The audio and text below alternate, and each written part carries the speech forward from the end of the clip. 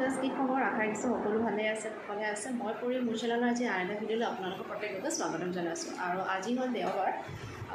বিৰাট বেছি গৰম উঠিছে আৰু ৰাতিপুৱা এতিয়া বাজিছে 9:30 গা পা ধুই আহিলোঁ ব্ৰেকফাষ্টটো কৰিলোঁ ছানডে কিন্তু ৰেষ্ট নাই এইফালে ইয়াৰ স্কুলৰ হোমৱৰ্ক কৰাই আছোঁ আৰু এইটো স্কুল বন্ধ আৰু বৃষ্টিয়ে কাম লাগি আছে কাম বহুত কেইটামান বাঢ়ি আছে তো সেই সৰুকৈ ব্লগ এটা বনাইছোঁ চাই থাকিব শেষলৈকে আৰু শেষতকৈ জনাব নাপাহৰিব কেনেকুৱা হ'ল ভিডিঅ'টো কেনেকুৱা পালে ভাল পালে লাইক কৰিব কমেণ্ট কৰিব ভিডিঅ'টো আৰম্ভ কৰাৰ পিছত কঁঠাল আছিলে কঁঠালৰ চব্জি বনাম বুলি কৈ এনেকৈ আলু আৰু কঁঠাল এনেকৈ হুইচেল মাৰি ৰাখি লৈছোঁ আৰু ইহঁতকো এইফালে পঢ়াই আছোঁ আৰু এইফালে ছোৱালীয়ে বোলে জুচ খোৱা লগত বোলে ক'লা নিমখ দি দিব লাগে সেয়া ক'লা নিমখ দি অকণমান জুচত তাইক মই এনেকৈ মিক্স কৰি দিছোঁ এনেকৈ খাবলৈও ভাল লাগে আৰু তাৰপাছত এইফালে কুচিয়া মাছ এটা আনিছিলে তো কুচিয়া মাছকেইটা এনেকৈ ফ্ৰাই কৰি আলুকেইটাৰ লগত এনেকৈ ভাজি লৈছোঁ আৰু কুচিয়া মাছটো খাব লাগে তেজৰ কাৰণে মোৰো অলপ তেজৰ প্ৰব্লেম সেইটো কাৰণে এনেকৈ কুচিয়া মাছ এইকেইদিন অলপ খাই থকা হৈছে আৰু লগতে এয়া দি দিছিলোঁ নৰসিংহ আৰু ভেদাইলতা পিচি এনেকৈ ৰাখিছিলোঁ অৱশ্যে দিয়া কথা নাছিলেই কিন্তু পিছতহে দিছোঁ সেইটো কাৰণে এনেকৈয়ে দি দিলোঁ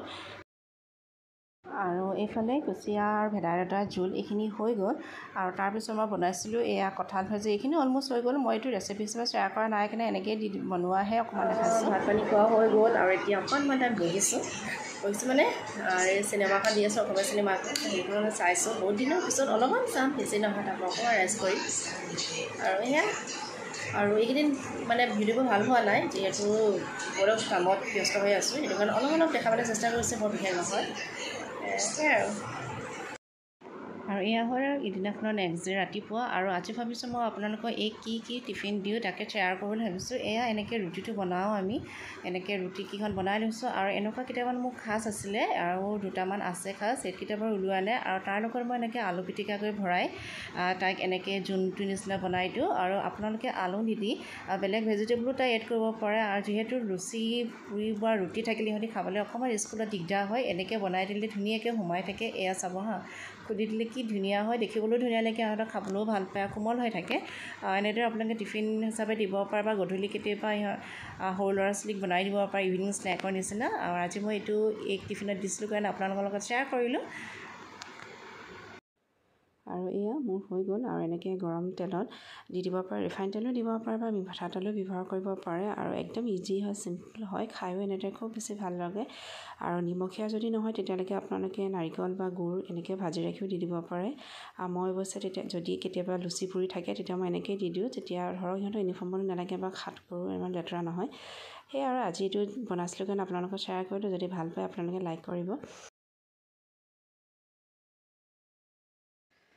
আৰু এইফালে মোৰ তাইৰ টিফিন ৰেডি হৈ গ'ল আৰু একেবাৰে ৱাটাৰ বটল পানী ভৰাই ডাইনিঙত থৈ লৈছোঁ আৰু এইফালে তাই যাবলৈ ৰেডি হৈ গ'ল এইফালে হেলমেট দিয়া নাছিলে আৰু এয়া ৰাতিপুৱা তাই যোৱাৰ পিছত ৰঙৰ মিস্ত্ৰী আহিছে ৰং কৰাৰ কাৰণে আৰু আমাৰ এইফালে 2-3টামান আমি ৰং কৰা নাছিলোঁ সেনেদৰে আহিলোঁ আৰু আচলতে যেতিয়া আমি এইটো ঘৰলৈ আহিছিলোঁ তেতিয়া এই একদম সৰু হৈ আছিলে আৰু সেইটো কাৰণে ড্ৰয়িং ৰুমৰ গোটেইখিনি বস্তু এইটো ৰুমত আনি থ'বলগীয়া হৈছে আৰু আজি আছিলোঁ ৰং কৰা ল'ৰাকেইজন আহিছে আৰু বাহিৰত অকণমান বৰষুণ দিয়াৰ কাৰণে সিহঁতি ভিতৰৰ কাম কৰোঁ বুলি ক'লে আৰু সেইটো কাৰণে সেইটো ৰুমৰ বস্তুখিনি সেইটো ৰুমত শ্বিফ্ট কৰিবলগীয়া হ'ল আৰু ৰং কৰা মানে বিৰাট বেছি এটা প্ৰব্লেম ইমান বেছি ধূলি ওলাইছে তাতে মানে চিৰিজ মাৰিবলগীয়া হৈছে ছোৱালীজনীয়ে চব বস্তু মানে লেতেৰা হৈ গৈছিলে ৱালকেইখন তাই বুলিয়ে নহয় আমি চুটো কিছুমান বস্তু লেতেৰা হৈছে তো সেয়া এই বস্তু ইফাল সিফাল কৰোঁতে মেলোঁতে আধাখিনি পেলাই গুচিয়ে গ'ল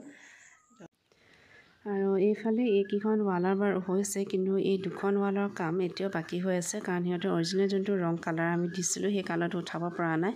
তো এই কালাৰটো মানে অৰেঞ্জ কালাৰযোৰ মানে কেইবাবাৰ মাৰিবলগীয়া হৈছে তেতিয়াও সিহঁতে ৰং মৰা নাই এতিয়া নেক্সট ডে আৰু ৰাতিটো গধূলি হৈ গ'ল তো সেয়া আৰু এনেকৈ আধাখিনি হ'ল এতিয়া এনেকৈ থাকিব লাগিব আৰু তাৰপিছৰ কাহিনীখিনি এইখিনি আৰু এই হোমৱৰ্ক স্কুল যোৱাৰ পৰা এই হোমৱৰ্কখিনি বহুত আহিছে তাইকো অলপ টাইম চাব লাগে আৰু বিশেষকৈ তাই ৰাইমছ পঢ়ি খুব বেছি ভাল পায় তো এইবোৰ মোৰ আগত ৰাইমছ গাই শুনা আছে তো আজি ভিডিঅ'টো এনেদৰে ইয়াতে শেষ কৰোঁ ভিডিঅ'টো চাই কেনেকুৱা আপোনাৰ জনাব নাপাহৰিব ভাল পালে লাইক কৰিব কমেণ্ট কৰিব আৰু যদি কোনোবা নতুনকৈ মোৰ চেনেলটোত আহিছে তো প্লিজ মোৰ চেনেলটো ছাবস্ক্ৰাইব কৰিব তো আজিলৈ ৰাখিছোঁ পুনৰ এটা নতুন ভিডিঅ'লৈ লগ পোৱাৰ প্ৰতিশ্ৰুতিৰে বাই বাই